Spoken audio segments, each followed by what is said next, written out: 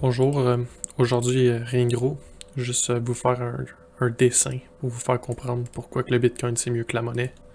Donc on va partir de la base, on va dire que on a une île déserte avec de l'eau partout autour. Ok, si vous voulez être gentil, là, on peut dessiner aussi un palmier. Ok, faire un palmier. On va être gentil avec nos personnages, hein. Ils seront pas tout seuls. Ils vont avoir un palmier.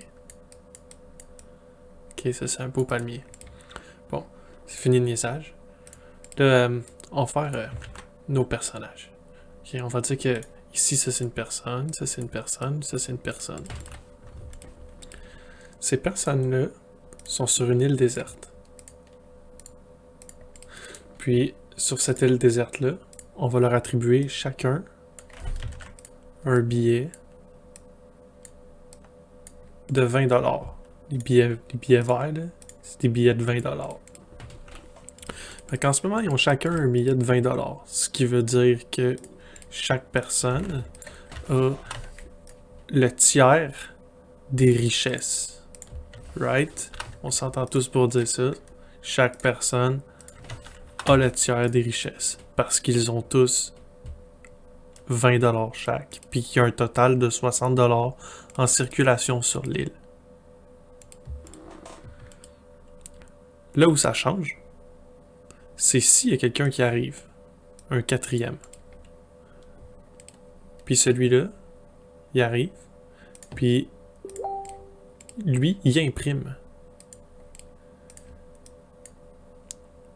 beaucoup de billets. On va pas les mettre aussi gros. On va juste dire qu'il en imprime 3 autres. Que on est rendu qu'on a 3 billets de 20$ de plus qu'on avait initialement.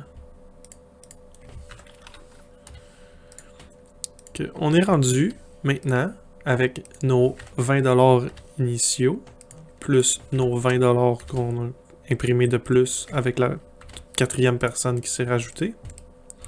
On a maintenant 120$ sur l'île. Donc, ce qu'on a écrit ici, c'est plus bon. Il faut l'effacer. Que en ce moment, on n'a plus un tiers. Ça ici, on l'a plus. On est rendu maintenant avec une partie ou une part, une fraction totalement différente de la richesse. On est maintenant rendu à 120 pour 4. Donc, si on prend 120 et qu'on le divise pour 4, il revient 30$ à chaque. Mais là, on n'a pas 30$ chaque. Donc, on voit que chaque personne ne sont pas égales.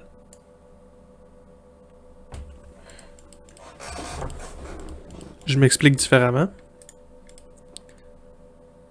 Les personnes ici n'ont plus un tiers de la richesse, mais ensemble, elles ont 50% de la richesse.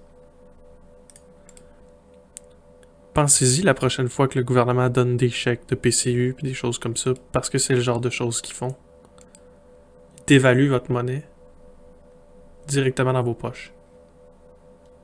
Directement dans vos poches. Cet argent-là, on parle plus d'un tiers. On parle plus du tout d'un tiers. Ça ici, c'est 1/6, 1/6, 1/6.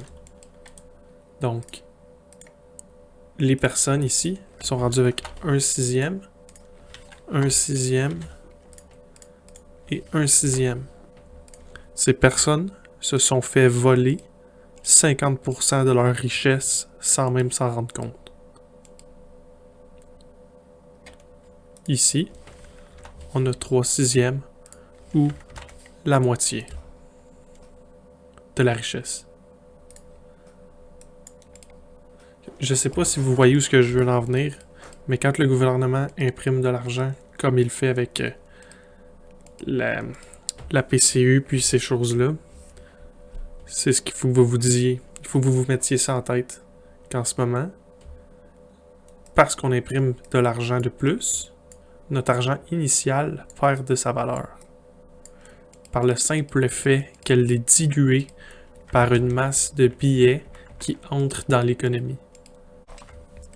Maintenant, si on reprend une île, pas de palmiers pour pas être gentil, puis qu'on y met 3 personnes, et puis que ces 3 personnes-là possèdent chacun un Bitcoin.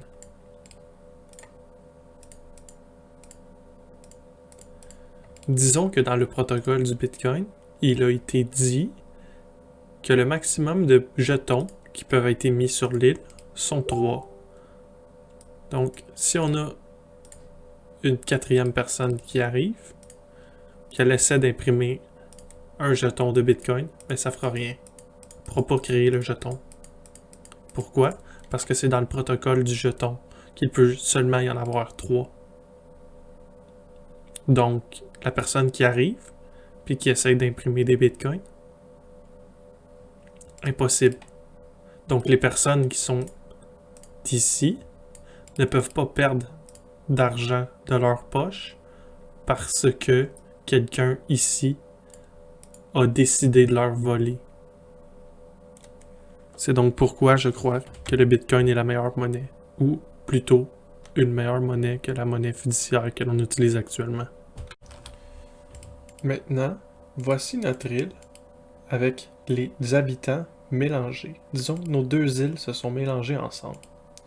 On a ici les gens qui ont des bitcoins, qui sont dans la même situation qu'ils étaient au début, tant qu'ils ne s'échangent rien.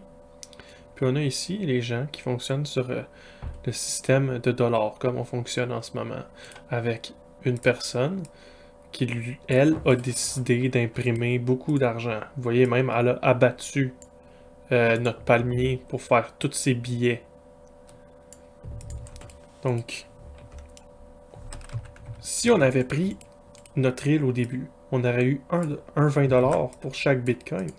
Donc, chaque Bitcoin aurait valu 20$. Maintenant, on a nos 3 20$, plus 1, 2, 3, 4, 5, 6, 7, 8, 9, 10, 11, 12, 13, 14, 15, 16, 17, 18, plus 18, 20$. On a donc grossi notre monnaie en circulation de 6 fois, et on a donc perdu 6 fois notre pouvoir d'achat. Un Bitcoin égale à 7 billets. Donc, si on prend les 3 Bitcoins, ou qu'on en prend juste un, on en prend 7. 1, 2, 3, 1, 2, 3, 1. Un autre ici, 1, 2, 3, 4, 5, 6, 7. Un autre là ici, 1, 2, 3, 4, 5, 6, 7. Donc, on voit que c'est facile de manipuler la valeur des billets, ou l'impression des billets plutôt, pour manipuler la valeur dans les poches des gens. Tandis qu'avec le Bitcoin, ça se fait pas. Puis qu'en pratique, si on a quelqu'un qui agit comme ça ici, comme on le fait en ce moment, à imprimer de l'argent puis la donner à tout le monde, on voit clairement que le procédé mathématique va nous donner une valeur plus haute sur le nombre de bitcoins en circulation qui est fini. Je sais pas si mon vidéo va être assez claire pour vous aider à comprendre, mais j'ai essayé de le simplifier le plus que j'ai pu. Puis c'est ça. Bonne journée.